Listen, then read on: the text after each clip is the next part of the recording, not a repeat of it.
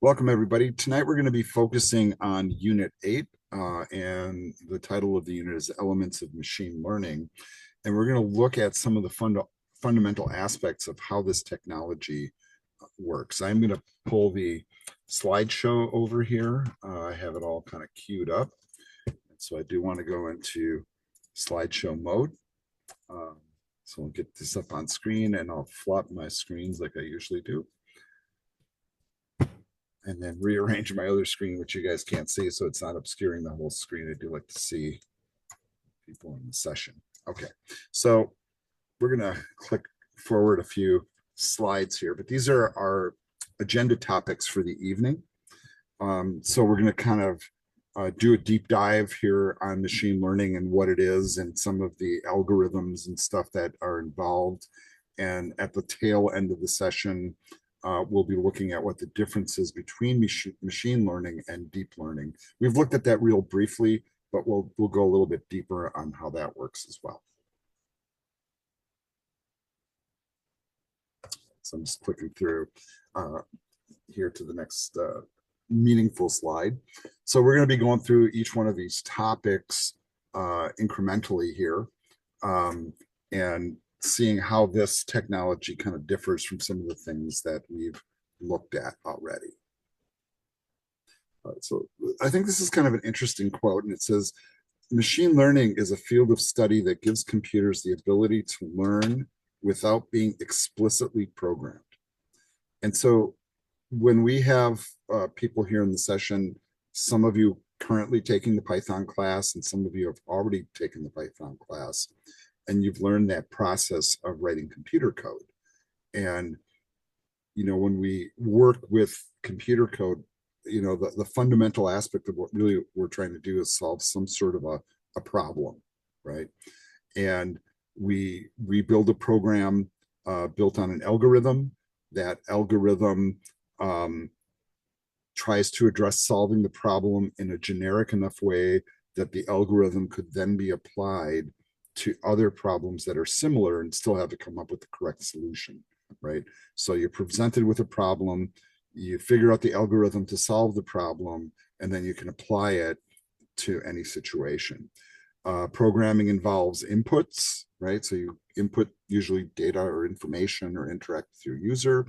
Then it gets processed, often with mathematics or data structures. And then you get some sort of an output, whether it's a visualization or text on the screen or some sort of an analysis. And that's a very consistent kind of approach, right? So they're going to give us an example here. It says, given the history of home sales in a city, you could use machine learning to create a model that's able to predict the value of a different home in that same city. And if you think about this, people that work, you know, in that area, like real estate agents and things, do exactly this, or home appraisers even do exactly this, where they look at how much a home sold for in your neighborhood, and then they compare it to your home before you're about to sell it and say, hey, well, that house had this and this house has that. So we figure it should sell for about this much, right? And they're usually pretty accurate, right? When you start to do the comparison of like how regular programming differs from machine learning, this is really kind of interesting, right? With regular programming, we take our information or data, we combine it with our algorithm, right?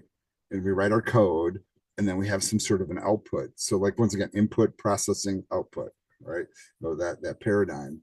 The difference with machine learning, though, and if you look at this graphic, is we still have data that we're working with, but we also have other inputs. So like the inputs could be variable or they could be coming in fresh, and machine learning adapts, and its output is not necessarily output, it's a program that solves the problem. So what it's doing is it's teaching itself based upon the data and the inputs that it's continuously receiving to create a new algorithm from that information.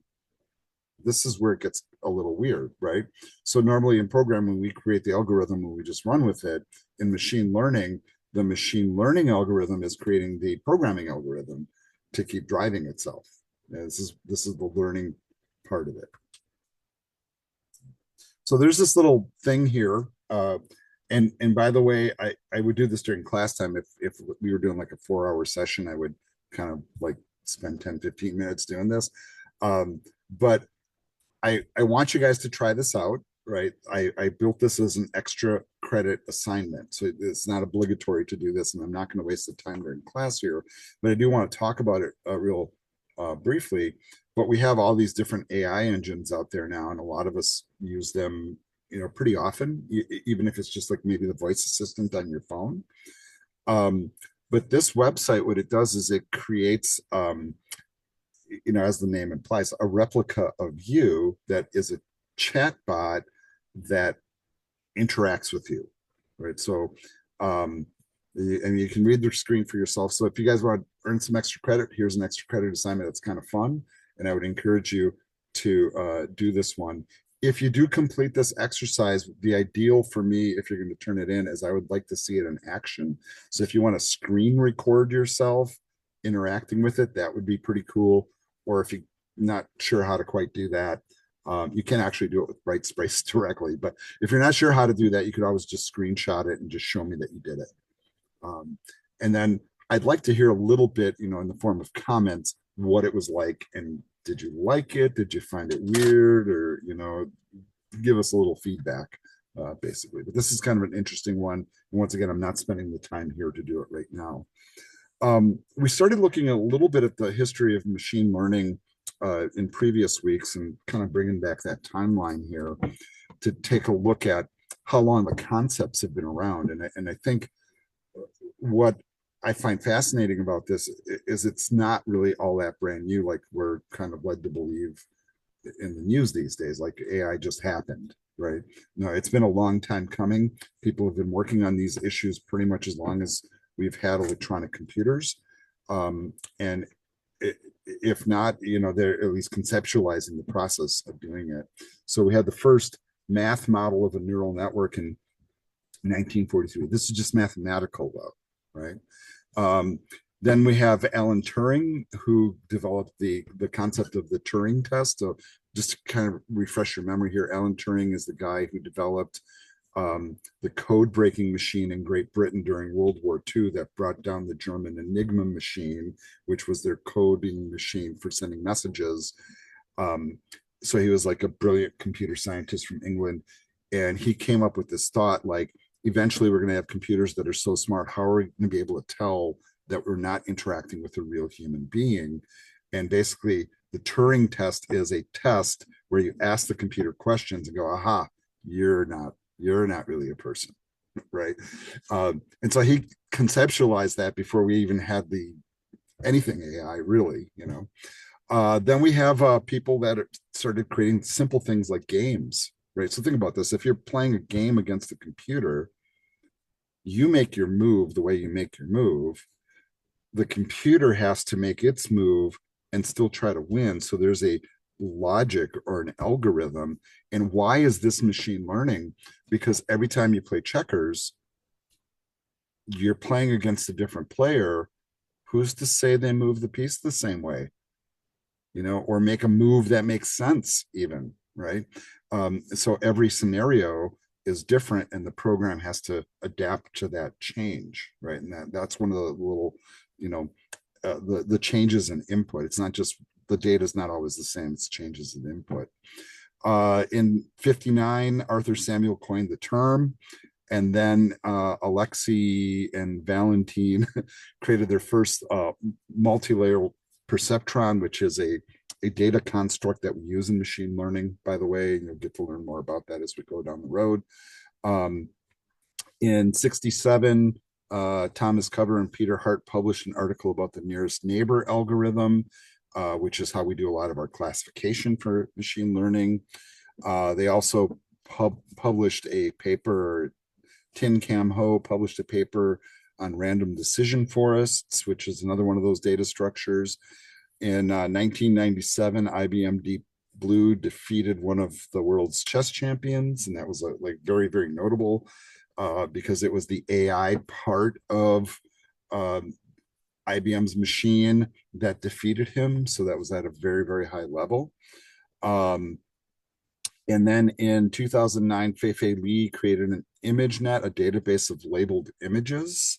And now think about this. In 2009, that was revolutionary. Now we can use our phone when we're on the go and like take a picture of something and it looks it up on Google. It's like, oh my God, right? Like it's totally here.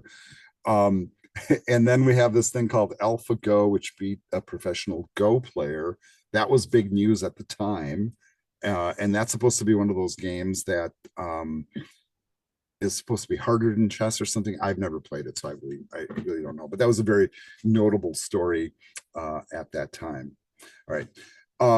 There is this video here. What is machine learning? I think I have it queued up. And this one, I'm not sure how long this one is, so just bear with me here, folks. Brad Schimmel called himself Wisconsin's top cop, but as a prosecutor, Schimmel repeatedly cut deals with sexual predators.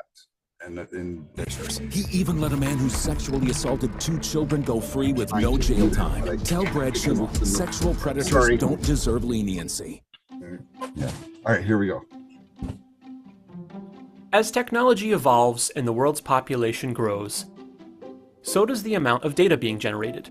Collecting, sorting, and analyzing all of this data can be pretty time-consuming.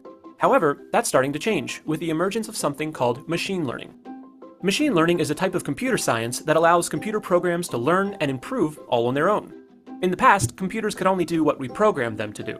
But with machine learning, they can behave like humans and gain knowledge based on their past experiences. This process can get pretty complicated, but here's how it works on a basic level. Let's say we want a program that can tell the difference between apples and bananas. First, we'll give it some labeled pictures of each. The program will then look for patterns in the fruits and start to remember them. It can then use these memories to look at unlabeled pictures of apples and bananas and determine which is which, all on its own. Believe it or not, you probably encounter machine learning on a daily basis. Social media sites use it to create your feed based on your preferences, and search engines use it to improve the accuracy of their search results.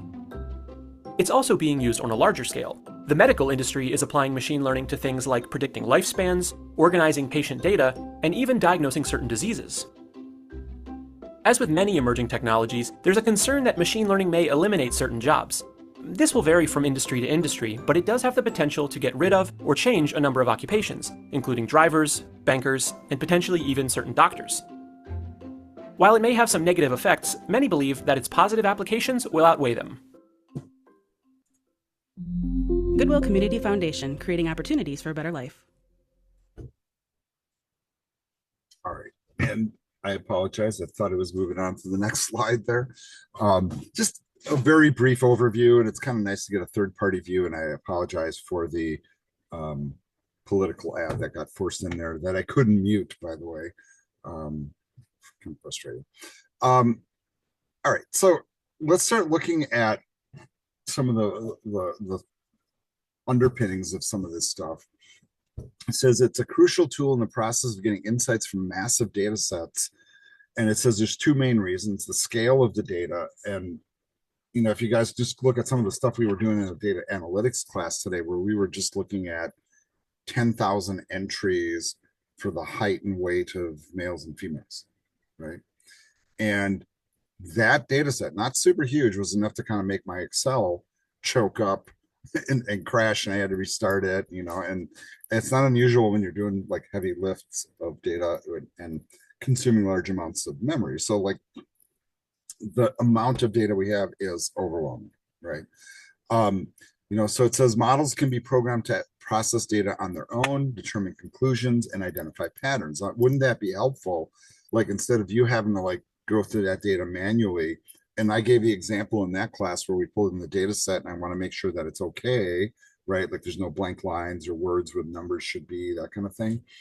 Wouldn't it be helpful as if you had something that could just do that for you instead of you spending the time? Yeah, absolutely. So why, you know, do it the hard way, basically.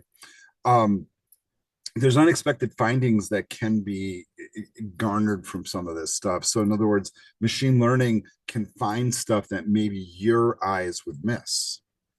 You know what I mean? Like if you're looking at a set of data, you might not notice that one number's like not really jiving with the other number, and machine learning would find it because it's falling outside of its normal range, and it knows it, where human beings very easily can miss things, even when they're looking right at them. All right, so they start going into like some, use case scenarios here, right? So like, for example, self-driving cars often use machine learning algorithms, right? They have to adapt to the data that's happening in front of them. So there's fresh input coming in. And they also have data that's like, okay, well, don't drive into a tree or don't run a person over. Here's some other examples, online recommendations from like Amazon or Netflix, like why do you see certain things when you go into those websites, etc. So like fraud detection is another one. So if they get like weird things that happen in certain circumstances, they can see certain behaviors as anomalous and then kind of attach to those and identify them. There's a bunch of different sectors that use this, right? So these are just some very quick little listings of what people are doing in these industries. I know that we were kind of doing breakdowns by industry earlier in this course. So I'll just let you kind of read that on your own. Let's move on here. All right, so there's these common properties that they often have when we're using machine learning in certain situations. So the first one says they involve a repeated decision or evaluation. So they're looking at something and making a determination over and over again. So it's a repetitive thing. So let's automate the process, right? It makes sense. The other scenario is it's challenging and often impossible to explicitly describe the solution or criteria behind this decision.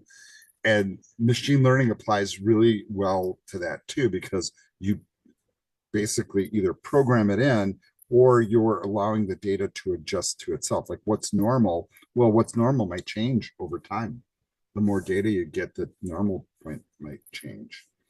Or if you're required to label data or examples and then determine what the correct result is from that. There's these quiz questions here. I am skipping over them, by the way.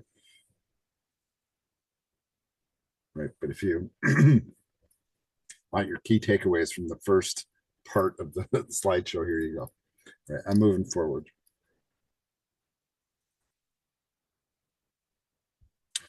We're going to start looking at some of the actual machine learning models and a lot of the terminology that goes with this stuff. And here's a bunch of key terms that we often use when we're talking about machine learning. So a model, and a model usually represents kind of a combination of mathematical models and logical models. We're looking at the features and the feature vectors. We have to train the models.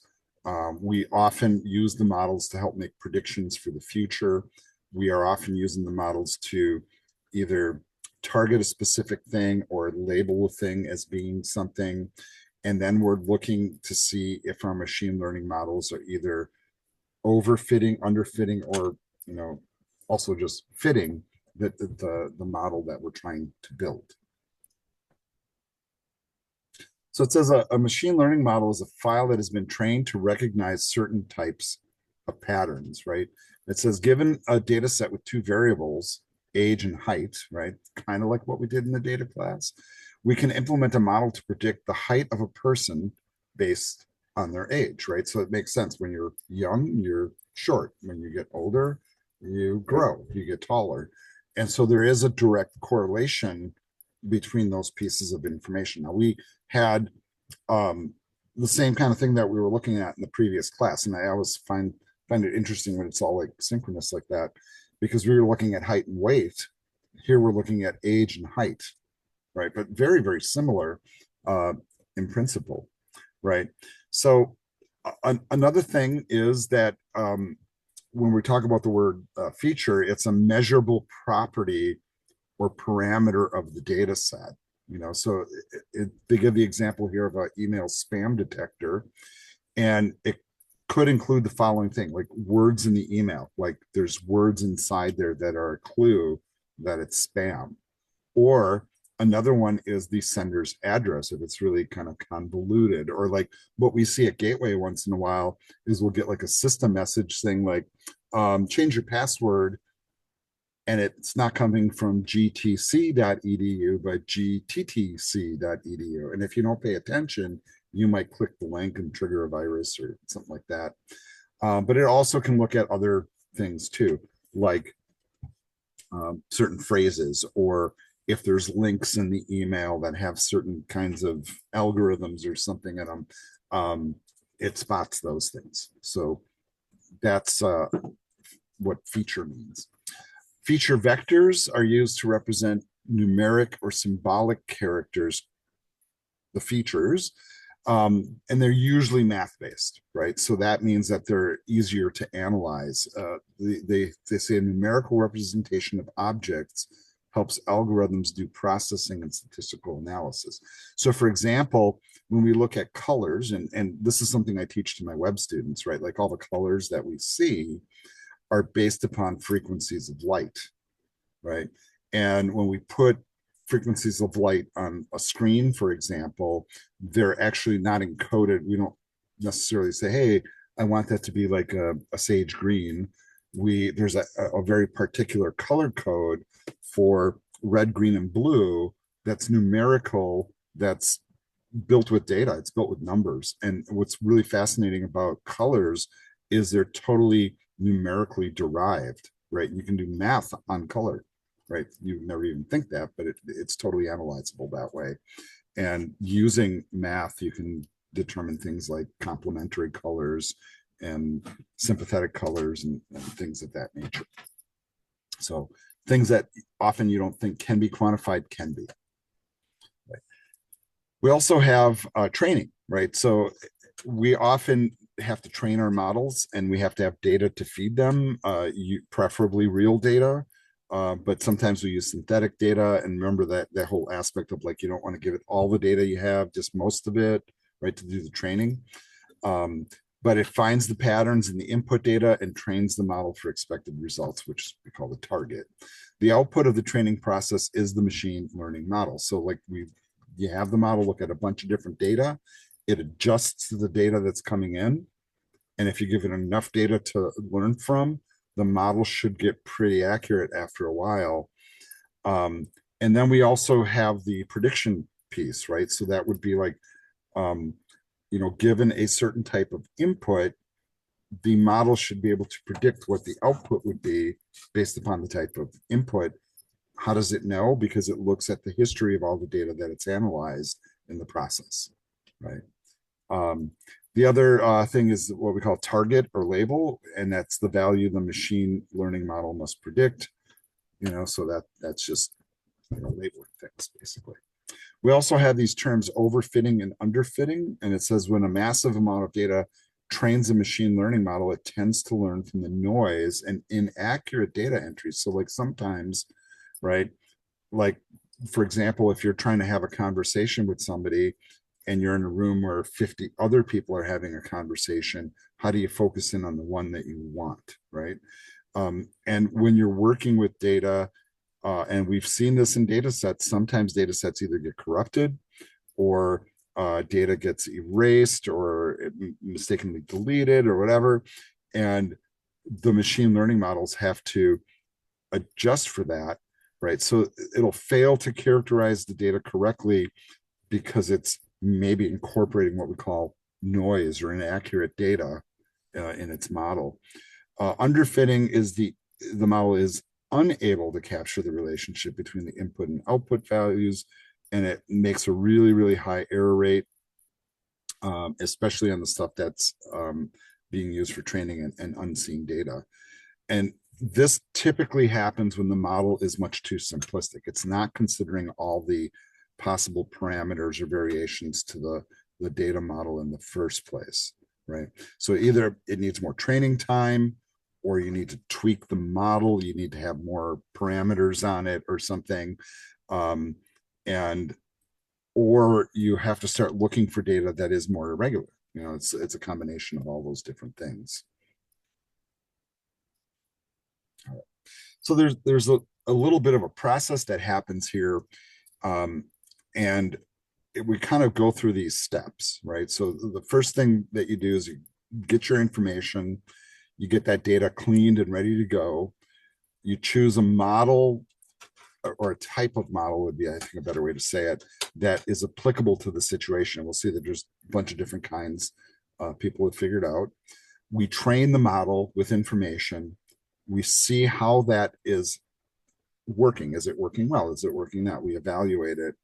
And then we start tweaking it. And if we have to, we add more parameters, right? So this is the hyperparameter tuning. It's like just getting it just so. And then if everything works really well, we can get down to the point where we can get it much more accurate. So for example, when you ask, your image search to find an image of that weird thing that you just picked up and took a picture of, it has enough data to go, oh, that's what it is, right? Have you guys ever tried that image search and you take a picture of something and it gives you something completely different? Yeah, it can be, right. And maybe it's because it's never really encountered it, or it never had that camera view of it, right? All right. So going through the process, we need information, right? So if you guys haven't figured this out, data and large amounts of it are necessary for getting the models trained, right? When we pull data in, and raw data is data that's unprocessed, it's just coming in its raw form. It's not until you organize it, classify it, sort it, filter it, whatever you have to do, get rid of the anomalous data or the blank data, so it becomes information, but on its own, it's not very useful. We do have to look at how data sits, right? And this is one of the things we're learning in the data analytics class. Just because you have a data set doesn't mean it's ready to roll, right? Sometimes you have to look at it, see what's in it, see what might not work for what you're doing. And then you can also use some of like the data tools. So for example, like when we were creating scatter plots in the previous class, a scatter plot would show a piece of data that's highly anomalous. It's not like in the general trend. And so that can be helpful for spotting issues with your data, by the way, if you're not seeing it by just looking at the raw data. Bunch of different modes that we can go into. There's more than one way to do machine learning. And I don't want to like freak you guys out, right? But you see there's like three major branches of it. So there's unsupervised learning, supervised learning, and then reinforcement learning. And then each one of those has its own subgroups that it goes into with all these different algorithms, basically, that you can follow.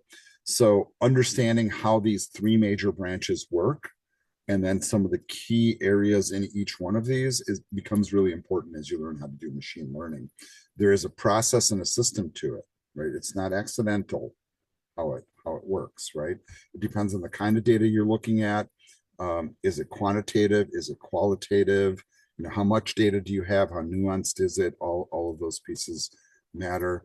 And then can you perform mathematical operations upon that data? Is it that kind of data? Or is it data that is logical data that you would get like true false information from? All of that is relevant.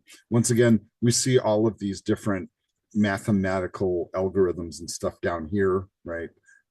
We haven't really dug into any of them yet, but those are some of the key ones that we use in this field, right? You'll get to know what a lot of those mean as you move forward. Notice it says the majority of the machine learning is spent on training the model. Like, it's not the conception, it's not the actualization of it, like we're using it for real. It's all the training that goes into it so that it works correctly. But once it's working correctly, then it will do its job repeatedly.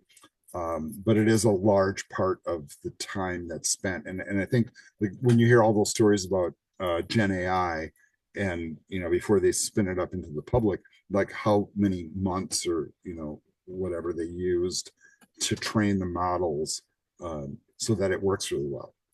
And some of those, if you do the research on it, they spin it up on these huge cloud platforms and run thousands and thousands of CPUs to train the models and tons of data. And sometimes that's running for months and months and months before the training is done, before they're happy with the output of it.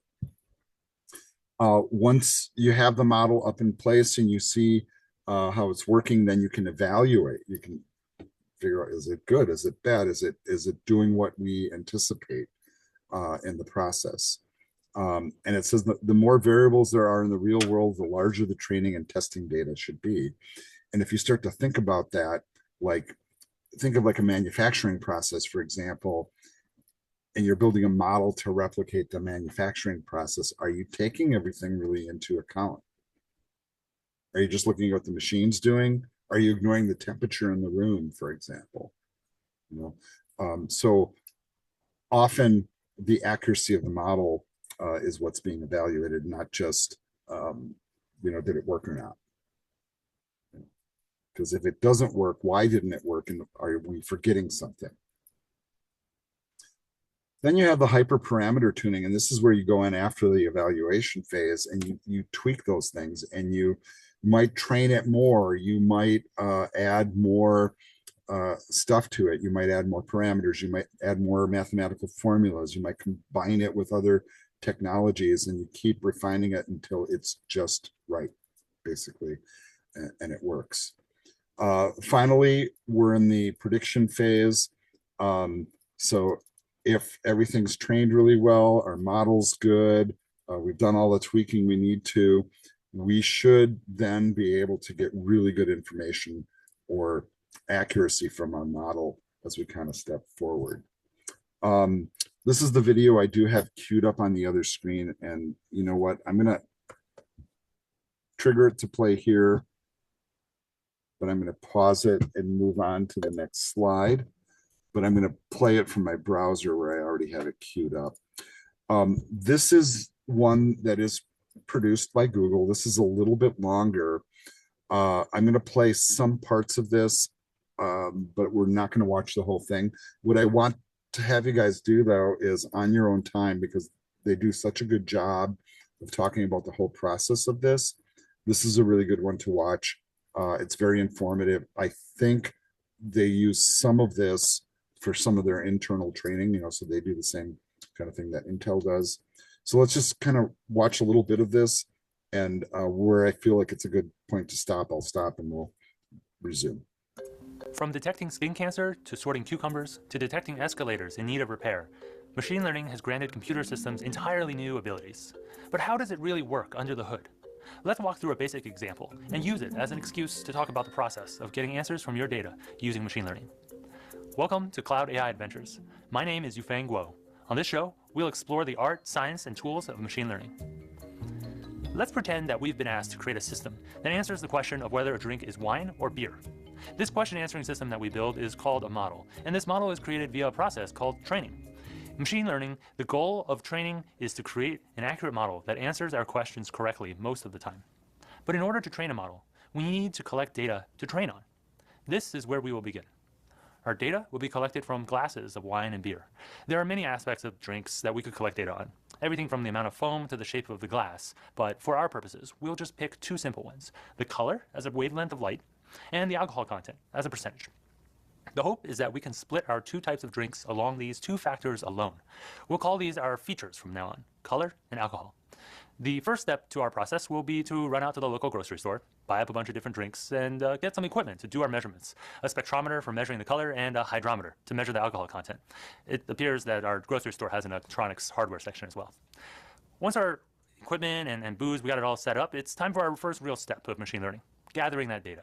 This step is very important because the quality and quantity of data that you gather will directly determine how good your predictive model can be.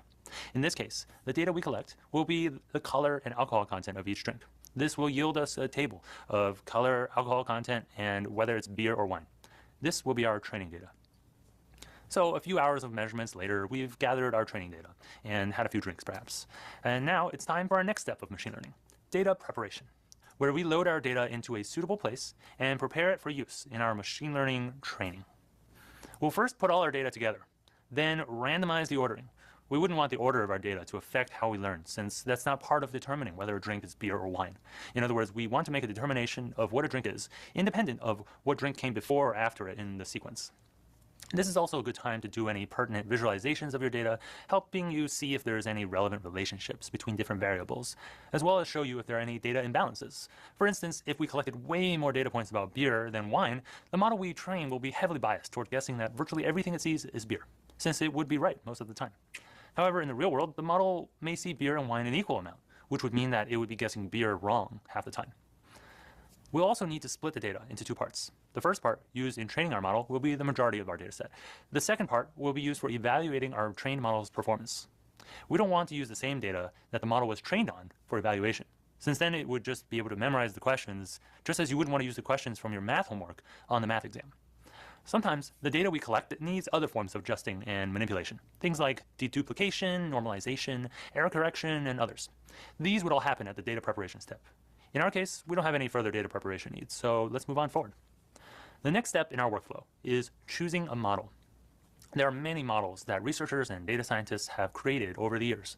Some are very well suited for image data, others for sequences such as text or music, some for numerical data, and others for text-based data. In our case, we have just two features, color and alcohol percentage. We can use a small linear model, which is a fairly simple one that'll get the job done. Now we move on to what is often considered the bulk of machine learning, the training. In this step, we'll use our data to incrementally improve our model's ability to predict whether a given drink is wine or beer. In some ways, this is similar to someone first learning to drive.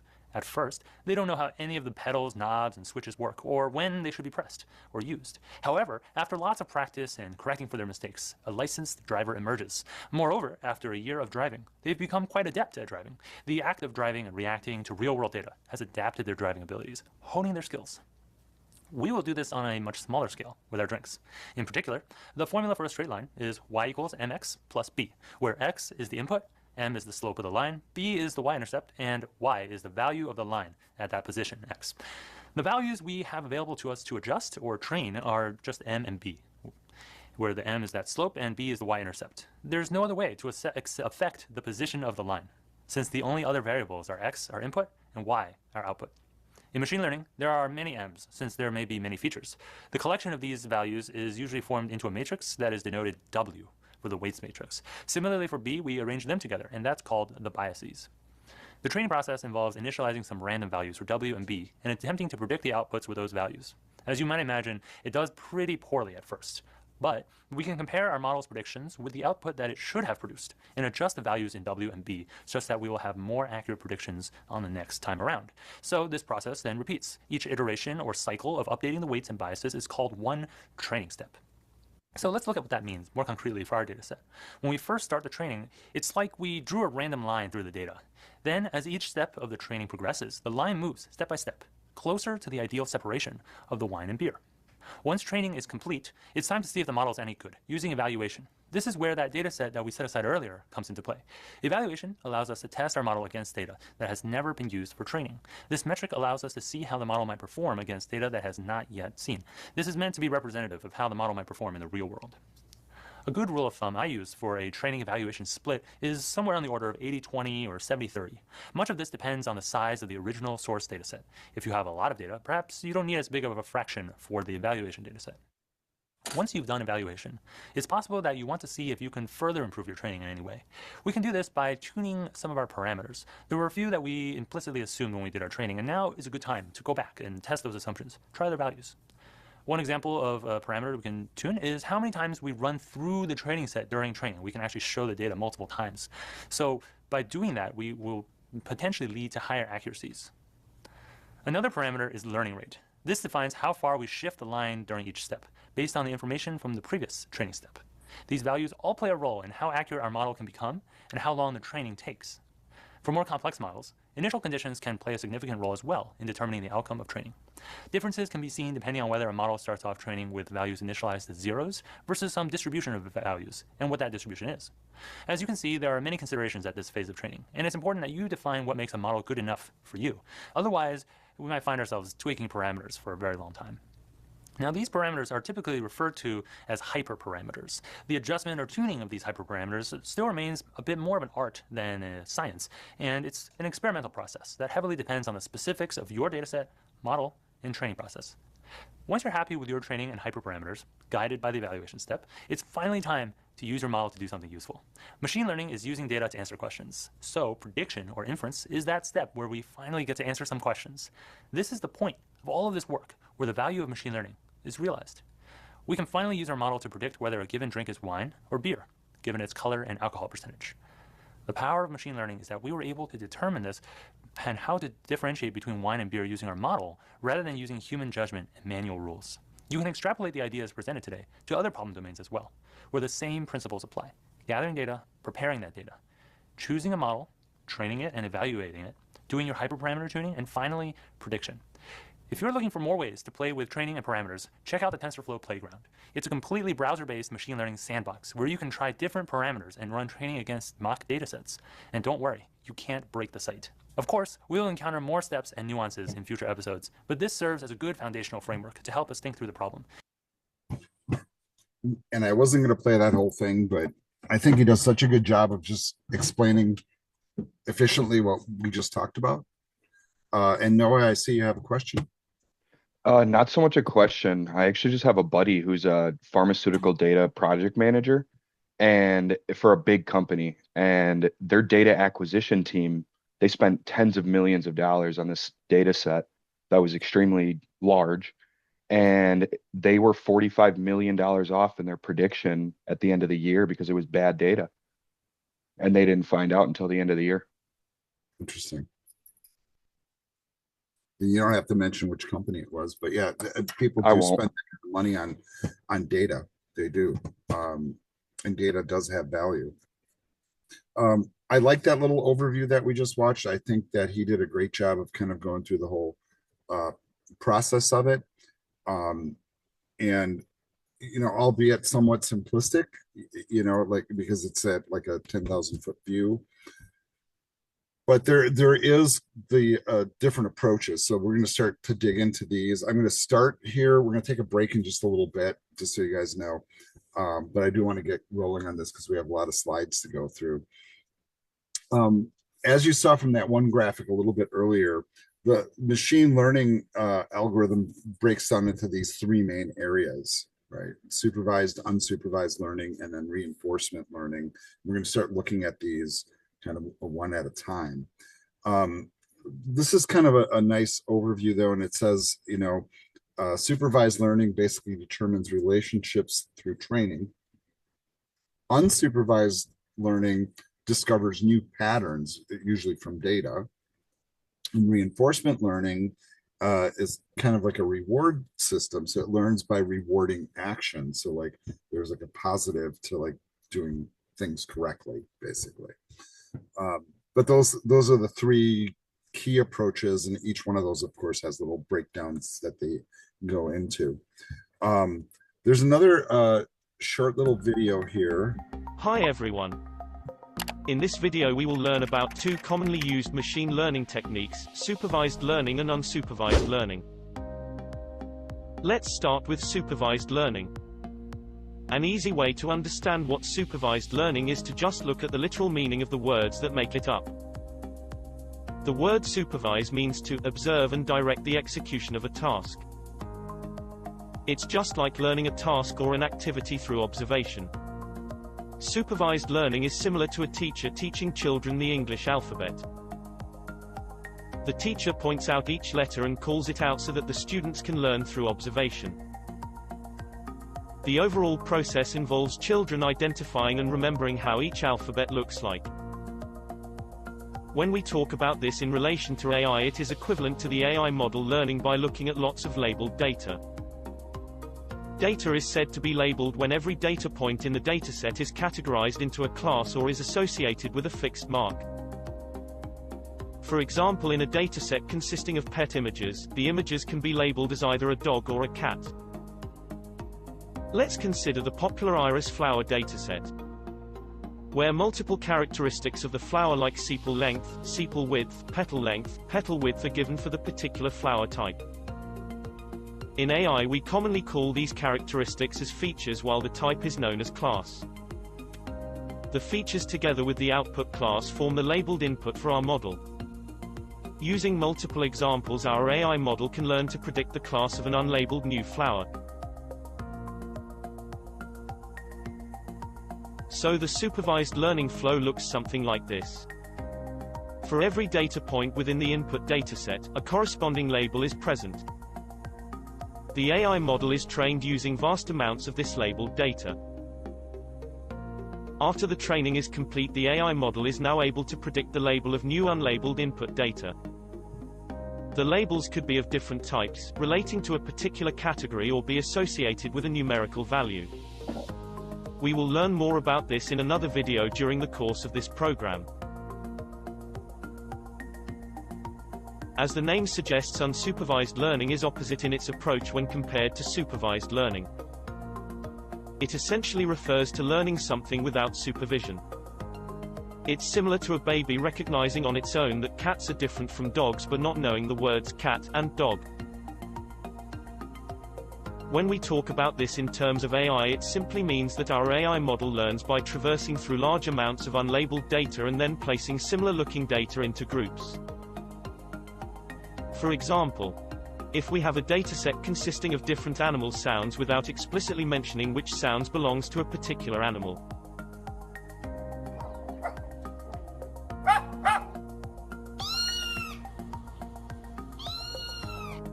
Thus, the unsupervised AI model would segregate it into different groups.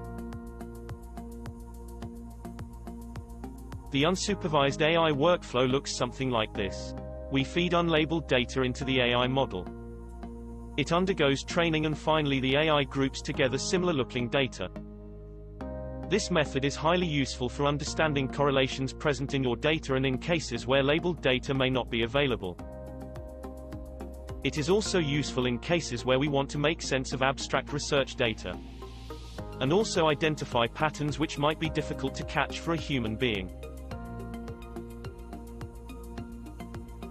Let's summarize how supervised learning and unsupervised learning are different from each other. And in what situations would you use one over the other? One easy way to figure this out is to look at the kind of data you have, and what kind of resources you might need for either cleaning the data and how much computing power you have at your disposal. If you have data which is very difficult to clean, you would use unsupervised learning. Else, if you have clean labeled data, you can use supervised learning. So to recap, we learned in this video how AI workflows for these two techniques differ, and in what situation would you prefer one over the other. Thanks for watching. And I think this table does a nice job of explaining it, but if you caught like what they were talking about, the fact, like if you have data that's good, clean, well structured and labeled, supervised learning is your approach. The example of like a teacher teaching kids the alphabet, right? There's capital A, there's a lowercase a, this is the sound it makes, here's a list of all the letters. It's really organized and straight ahead, right? If you have something that's not well organized, and I think the animal sounds is a good one. You know, most dogs bark, some make other sounds, right? And then cats kind of make a certain range of sounds that are kind of normal, and unsupervised learning wouldn't know what they belong to, but they would be able to go, this sounds kind of like this and that sounds kind of like this, and those are the two, you know, primary approaches to doing this. All right, so once again, breaking it down, we go into these categories, and I want you to look at how the supervised gives us two things that are basically much more mathematical in nature than the unsupervised, right? So regression is a straight up correlation between different data sets. So like when we did the height and the weight in the one class, or we looked at age and height here in this class, that's a mathematical correlation, right? There's an equation that you can draw from it, which would be regression. Classification also is one of those things that we can kind of mathematically place data upon. Clustering is a little bit different though. It's not necessarily mathematically explainable, but it's still, we look at things kind of being like something else as opposed to exactly being the same. All right, I think this is a great spot to take a break. So I'm going to pause the recording here and we're going to do a 5-minute break. So I'll see you guys in about 5 minutes. All right, we're back from break and we're going to move on to the next slide here. Some of the challenges dealing with machine learning is there is kind of this perception, and this is talked about in the previous unit, in that there's this perception that AI is going to eliminate people's jobs. And in some cases that might be true, but there's also projections that it might add a whole bunch of jobs as well in new areas that we're not even thinking about. Another issue is privacy and protecting data. What data are we using to train with? Where is that data coming from? Et cetera. Bias and discrimination are built into data sets often, either by the people designing the data sets or how the data is gathered, or because of what happens in reality, that it can cause those issues. And there's also kind of like this other issue, which is the accountability issue. And this is one that we're still kind of evolving into, right? We have like data governance that we're dealing with, and what are the limitations of what data AI is going to have access to? Like if a company is paying for the data and they're getting it from a reputable source, great. But what if they're, let's say they're scraping it from the web, like they're scraping a social media feed or whatever it is. What is the legality of that? Those are still questions that are being answered. There's also this concept here too, and there was an article just recently that made headlines that some people think that we're about 12 months away from this thing called singularity. Does anybody know what singularity is and want to explain it to the rest of the people? Anybody ever heard that term before? I would butcher it, but I know about it. Go ahead, Noah. The singularity is where robots or AI specifically gets to a point where it's basically self-aware. It's gotten so much information and data at that point that it can make decisions all by its own. It can navigate what it wants to do next all on its own without any human input whatsoever. Right. I think that's a pretty good summary. It sounds a little bit like things that we see in science fiction, like Skynet from the Terminator movies or something like that. I have some doubts as to whether we're really that close to it or not. There's some people that believe that we've already achieved it. But it is of concern. There is this link that you can follow here if you want to read up more on that. But this is something you do see in the news every once in a while. So it's kind of an interesting topic. All right, so I'm going to kind of fast forward here. There's a bunch of kind of superfluous slides there that I'm trying to flip through, but we're going to go and start talking about supervised learning and hit all these topics here you see on that slide. So this is one of those major 3 branches of machine learning. The goal is to make accurate predictions so that when you feed it new data, it's really accurate. Generally, the data is already organized and labeled and clean and ready to go. And we typically use this, like based upon an input, what's going to be the output based on that data. So there's kind of like the input and output piece. If you give me this, you're going to get that. And supervised learning fits really well into that things. It does require people build the training set though, either design the data set or to tweak it to serve the model. All right. Here's a kind of little graphic here on how it works. It's like, how do we take images that we see and then classify it?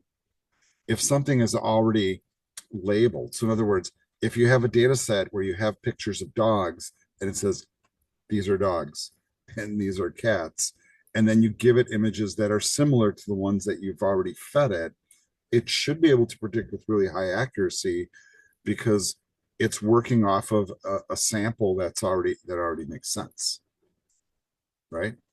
So, all right. Two major types. We looked at this info before. There's classification and regression. And classification basically maps input to output label. So the picture of the dog and then the label of calling it a dog.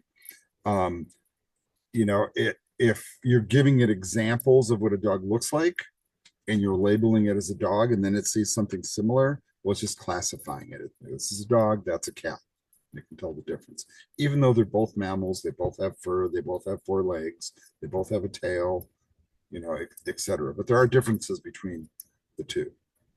Regression is a little bit more mathematically based, and it says maps input to continuous output, and it allows us to predict continuous outcome variables based on the value of one or more predictor variables. So in other words, there's the example they use is there's a relationship between the number of rash driving cases to the number of road accidents. So like if you drive crazy, there's a much higher chance that you're going to get in an accident, right? And there's probably a correlation there, right? But it is numerically based, some different types of supervised learning problems. So binary classification, right? So remember, binary means it's one or the other, right? Usually ones and zeros, trues and false. So either something is or it isn't. So like, is an email spam or is it not? If it comes from somebody that you usually interact with, it's probably not. But sometimes people's accounts get hijacked. But it's a yes or no, basically. There's also the multi-class classification. So in other words, there's more than one cat. It's not an either or. There might be multiple categories to put something into. The example they give here is predicting the language of a given text. So I could write something in one language and it has to predict what language it's in. Well, when many languages use the same alphabet or a similar alphabet, it would have to look up those words and go, it could be English, it could be French, it could be German, it could be Italian, but it's probably not Greek or Hebrew or Arabic, right? Because those alphabets are different. Regression, once again, notice how this looks a lot like what we were doing in the data analytics class. This is a scatter plot, and there's a trend line in there. And what they're showing with that line moving is as more data gets fed into the model and you keep adding more data to it, that trend line becomes more and more accurate. And otherwise, as more data goes in, that moves. But you notice like little data points, like the ones like way up here or way down here, those are kind of outliers, right? They're kind of on the fringes, right? The example they give here is how you can predict a person's annual income based on their education, their age, and where they live, right? If you live in an affluent area and you have a few degrees or whatever, and you're a little bit older, you probably make more money than somebody that doesn't have those things, right? So, and there's, it's mathematically predictable. Some of the supervised learning methods are some of the ones you see on the screen here. So neural networks technically fall into this area. And you'll notice that most of these things are either very clear classification tools or very clear mathematical tools. One of the two.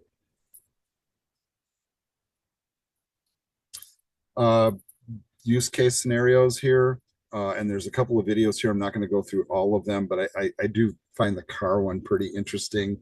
So image and object recognition, predictive analytics, customer sentiment analysis, etc. Maybe we can just watch a few little moments of this. All right, it goes pretty quick. But what I think is really fascinating about this is technology that's already out there and being used. But notice how they're kind of like classifying different vehicles. And I don't know if you're catching it here. like as each vehicle goes by, they're figuring out, oh, it's a Jeep, it's a car, it's a lorry. So obviously this is British, right? A bike, a person. Well, there comes a motorcycle, right? And I don't see that on the chart, but there's already software that can do this, and it's doing it automatically, right? That one is doing classification. It's just identifying what type of vehicle it is, right?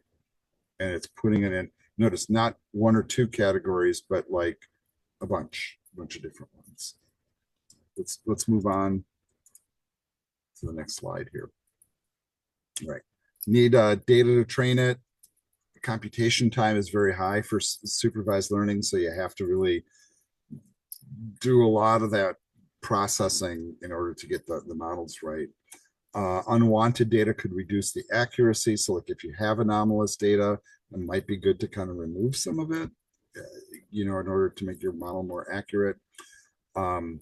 And then, if you're using really large data sets, the pre-processing part can be a whole issue in itself. So a lot of people write models to pre-process the data before they use it to train their other models, by the way.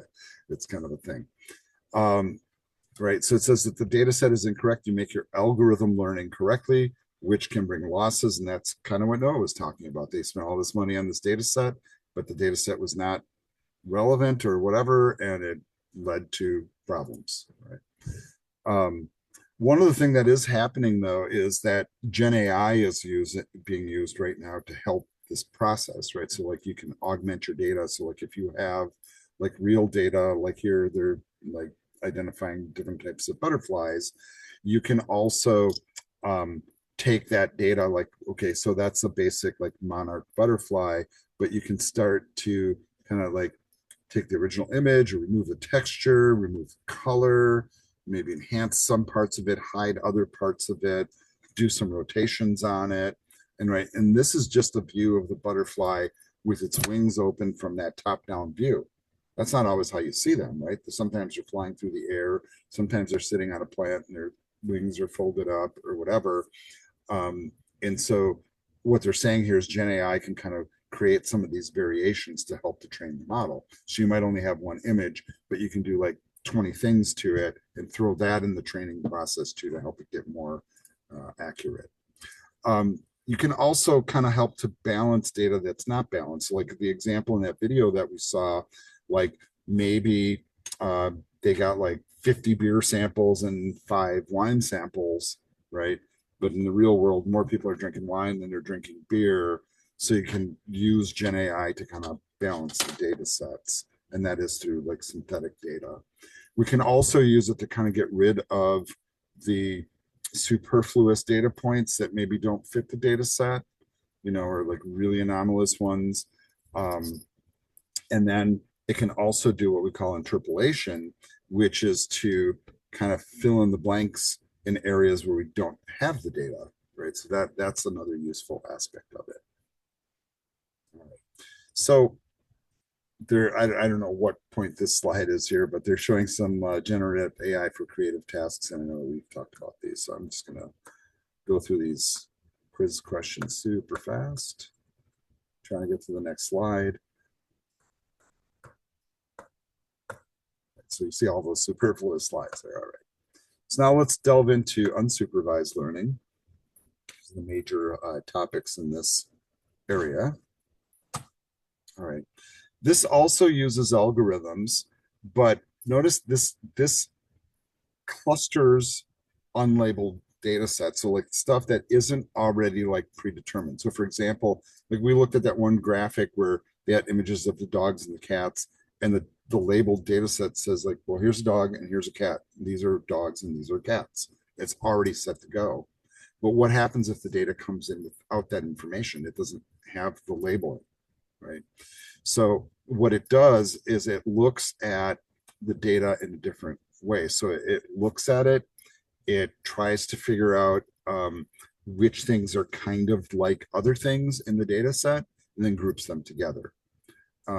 It says it's an ideal solution for exploratory data analysis, cross-selling strategies, customer segmentation, image recognition, right? And we were talking about that before, right? Like if you do an image search and you have like a really nice clear picture, it might be able to identify it in its database. But if you have like a weird view of something, or it's incomplete, or the lighting's bad, or maybe it's just not in the database, it starts to fail. Now, here when you're doing the grouping, notice the data that's coming in is unlabeled. This is what I was talking about before. We as humans are trained already. We know what a dog and a cat looks like, right? So we take those images, which in this case are not labeled, and it goes through this, whatever the algorithm is, and then it ends up grouping it just based upon what is it grouping it on. Well, the simple answer here is just like the ear shape, right? Like the cat's ears are pointy and go up. The dogs kind of sit there and are kind of flopped over. So it's just grouping them, probably based mostly on that. I think the other thing that I noticed about, you know, cats, right, is they have more pronounced whiskers than dogs do. Right. All right. So two major types of unsupervised learning, which is transformations of the data set and just simply clustering.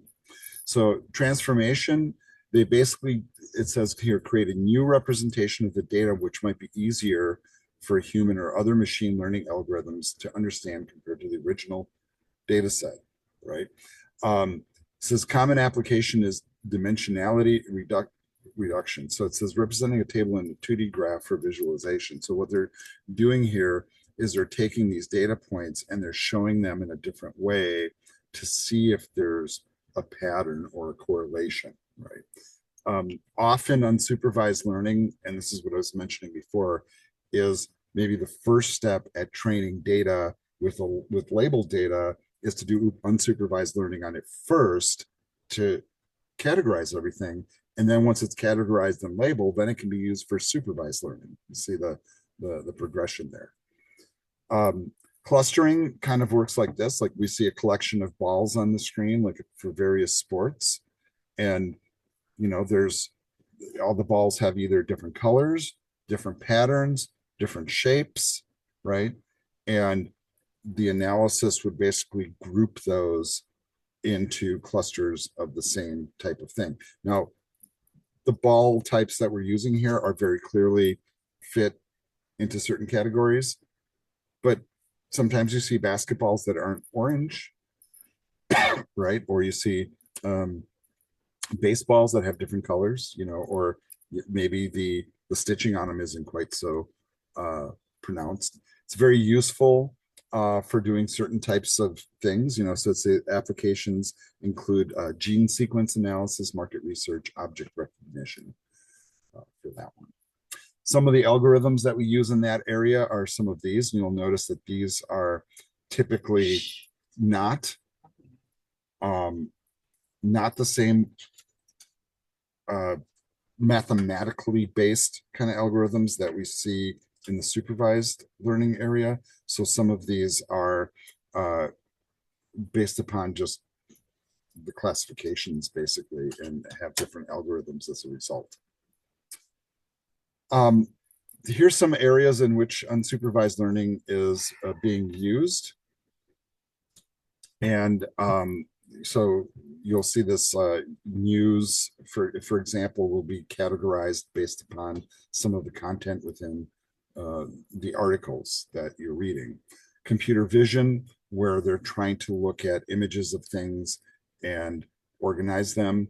And then also an anomaly detection. So like when you see something that doesn't fit the normal pattern, it's a good tool. They're also used for doing medical imaging. So like, you know, most medical imaging, you know, people tend to have the same kind of basic image shapes because human beings are generally the same shape. But when you see things that are anomalous, and then you can see some of the other ones here too, the personas and the recommendation engines. One of the problems with this type of learning though, it's difficult when you have unlabeled data to process it, right? If you just have like a random collection of images coming in and they're not, you know, like the images, for example, aren't uniform, That's kind of a thing. There are a bunch of different things that you have to consider, like what categories you put things in. Can you use an algorithm to even process them? And it might take a while to set up the classifications to make it work.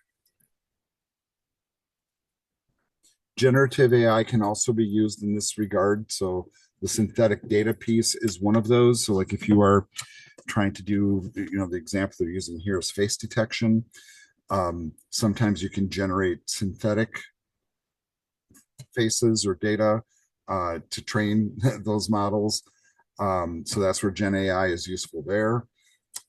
It also is useful in finding anomalous data. So if you have like a bunch of images of sports balls and all of a sudden you have something that is very clearly different, not even close to the shape of a ball, that it can kind of just root out that data automatically, right? And they have the detection of fraudulent credit card transactions, right? By just comparing like real transactions. One really good example of that is like if you leave your hometown, fly somewhere, and then try to use like your debit card or something, and you didn't let your bank know, and all of a sudden you're at like a quick trip somewhere else, and they block the transaction just because you're somewhere else, right? Because that's anomalous. Like how did you get all the way down here in a few hours? Type of thing. Data gets clustered in these models, so generative AI can be used to kind of help with that. It can help process some of this stuff. So some people are starting to use these tools to do the clustering.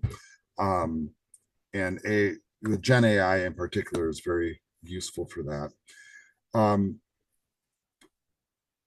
Where Gen AI is really, really strong, it is in its large language models and processing all the data and in the words that are spoken and typed. And there's so many different ways, for example, to like potentially misinterpret like a typed word versus a spoken word with the emphasis that's put on it. Gen AI is starting to figure those things out, and it's very useful in kind of doing the classification. Once again, here's that same little data thing that we saw before, and once again, to compare those two significant approaches. Supervised data, it's already pre-classified, and you're training your model on that so that when it encounters new data, it knows what to do. Unsupervised is dealing with unknown data, basically finding patterns in it, classifying it, and then maybe hopefully labeling it so it becomes, goes into the other category. And notice the computing power for doing the unsupervised is significantly larger, right? Because it's dealing with unknown factors, so it takes a lot more training to basically get it to know what it's doing. Right. I'm gonna once again flip through all these quiz questions here and move on to the next topic.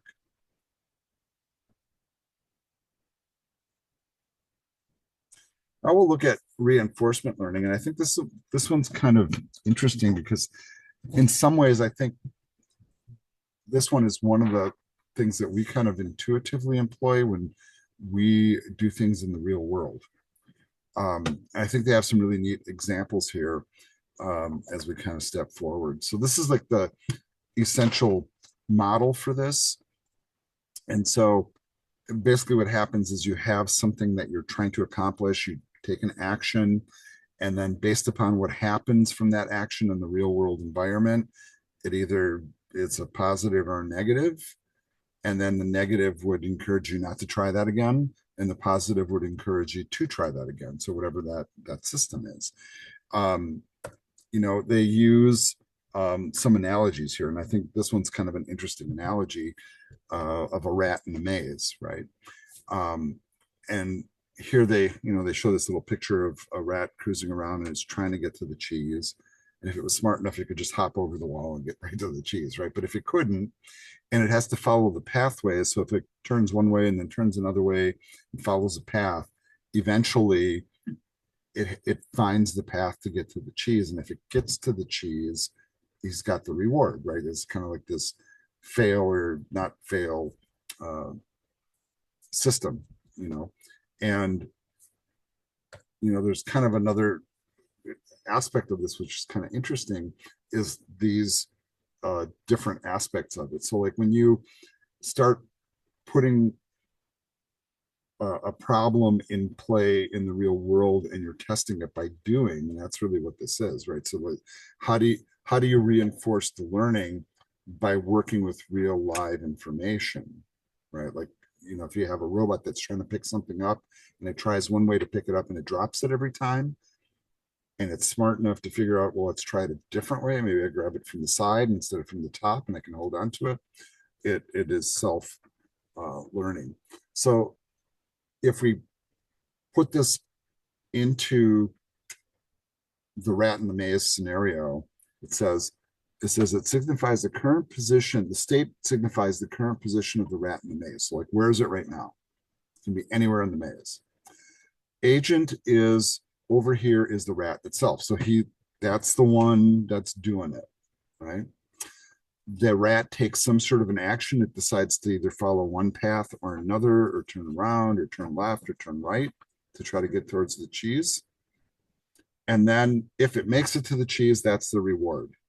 The punishment, if it doesn't find it, is just not having the cheese. And then the environment is the whole thing that we're working within. So that's kind of like to explain this process. Now, this is kind of an interesting video because somebody did create an AI to play Pac-Man, right? And the AI had to train itself on how to win at the game, right? So this is kind of like if you never were told how to play the game and you sat down, you put a quarter in the machine or brought it up on your Atari or whatever, and you try to play this, you might have a set of instructions, but if you don't have any instructions, how do you figure out what's right or wrong, right? Well, right is when you keep going in the game, and wrong is when you get eaten by one of the little things, right? So let's watch this video. This is kind of an interesting one.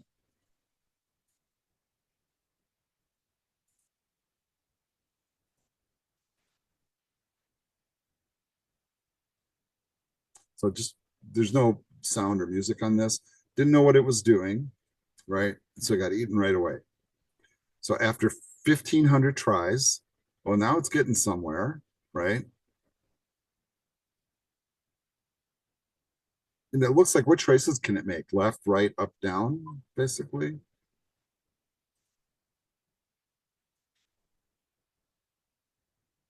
Okay, still got eaten.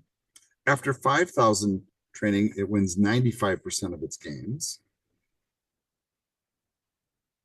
It even gets like the bonus, right?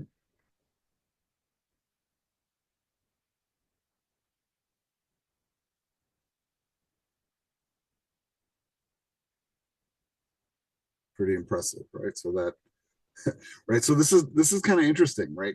So, but it took 5,000 attempts for it to figure it out, but it did figure it out, right?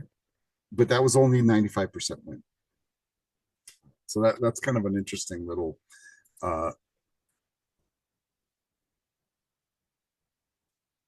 okay.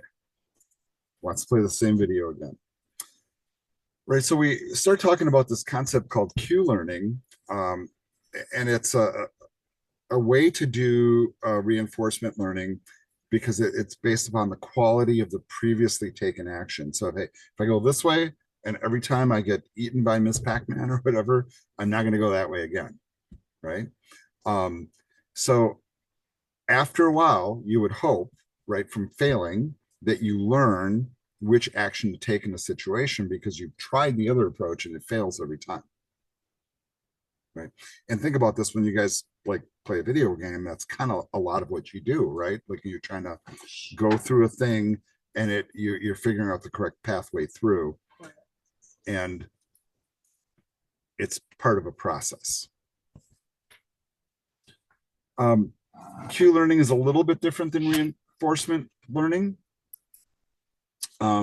because it it also adds to it, it records the action to reward ratio. So like it really kind of is based upon a little bit of math here, right? And they call it a greedy form of reinforcement learning. It notes what actions are going to maximize the reward and what actions are helping to fetch the reward, right? So that's kind of a difference between the other approach, right? So if the rat uses Q learning to fetch the cheese, it will choose the shortest path, which is the result in getting the cheese in the shortest time, right? So if it learns which path to follow, after a while, it does the most efficient one. That's kind of the point on that one. Go into discussion mode here. And now we're going to do a little bit of a comparison between AI versus machine learning versus deep learning. So you kind of see the differences of all of these different things. Because we talk about them very conceptually. And then I think as we've talked about them more, you're starting to maybe tap in a little bit to the differences of these. So let's talk about deep learning first, because we haven't really done a deep dive on that one quite yet. But it says a type of machine learning in which a model learns to perform classification tasks directly from images, text, or sound, right? Okay, well, it sounds like machine learning. It's usually implemented using a neural network architecture, which is different than a machine learning architecture. It's got a different structure to it. Deep is in reference mostly to the number of layers in the network. The more layers, the deeper the network. And it's, as it says at the bottom there, sometimes basic neural networks have 2 or 3 layers, while deep networks or deep learning can sometimes have hundreds of layers of processing going on. So they came up with this concept by kind of looking at how the brain works and how neurons flow through the brain. And neurons will flow through different pathways. And in fact, they follow certain pathways, and sometimes you build those pathways, or sometimes you just follow the ones that are already there. And every neural network is basically a machine learning algorithm. So when we do neural networks and we have multiple layers, you're combining a bunch of those algorithms together is essentially what you're doing. It's particularly useful when you're dealing with very large data sets because it has multiple layers of processing in it and therefore gets to better results ultimately. So if you start looking at this little graphic here and how this goes, right, and notice the correlation to input processing output, once again, the tie in the programming. So you have inputs, and then there's all these different pathways the data can be analyzed. And here we're just showing 2 layers, but if you could imagine that there's deep learning algorithms that go super, super deep so that you get down to your output layers. And what this slide here is intending to show is how each one of these technologies is basically a subset of the other. AI is the higher level concept. Machine learning is one of its biggest subsets, and deep learning is a subset of machine learning in that order. When you do study this technology, there are people that spend a lot of time teaching machine learning because it's one of the more important aspects of AI and how a lot of it runs. But deep learning is where you really kind of ramp it up to the next level.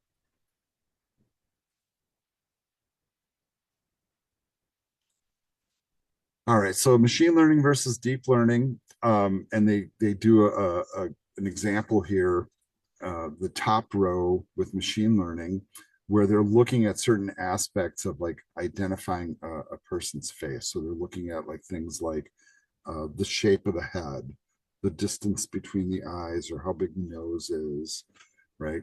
And then they use standard algorithms, most of them mathematically based, right? To come up with their output.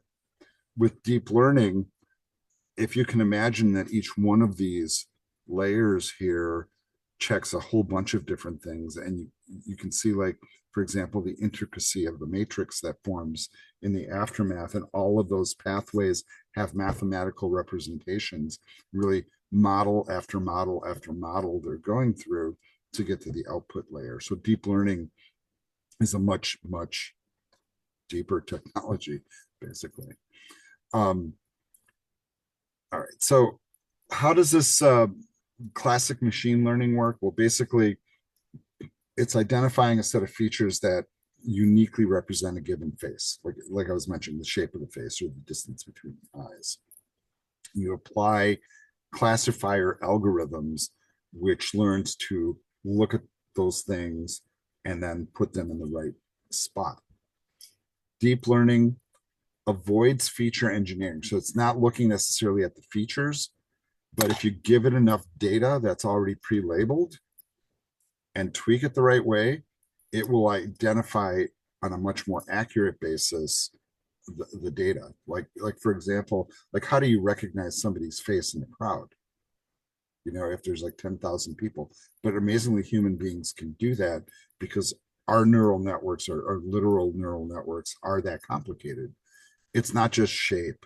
It's like, you know, mannerisms and other little things that maybe aren't being considered in the more simpler algorithm. Here it says that deep learning is well suited to identification applications such as face recognition, text translation, etc. Advanced driver assistance systems, including lane classification and traffic sign recognition. So I think that's kind of interesting. So the one example there is a self-driving vehicle slows down as it approaches a crosswalk. Why? Right? Because somebody might be crossing. Right?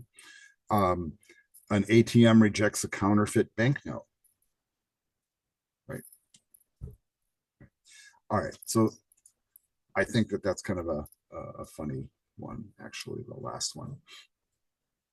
All right. So here's kind of, I think this quote's kind of interesting here. We're getting right down to the end here, by the way. It says, how do you engineer the best features? You change that conceptual thing to how do you guide the model towards discovering the best features? And this is kind of the difference between like a machine learning model and deep learning model. The deep learning will take it a lot farther. Thank you for that graphic at the end there. All right, so that's going to cap the lecture portion here, and I'm going to stop the recording.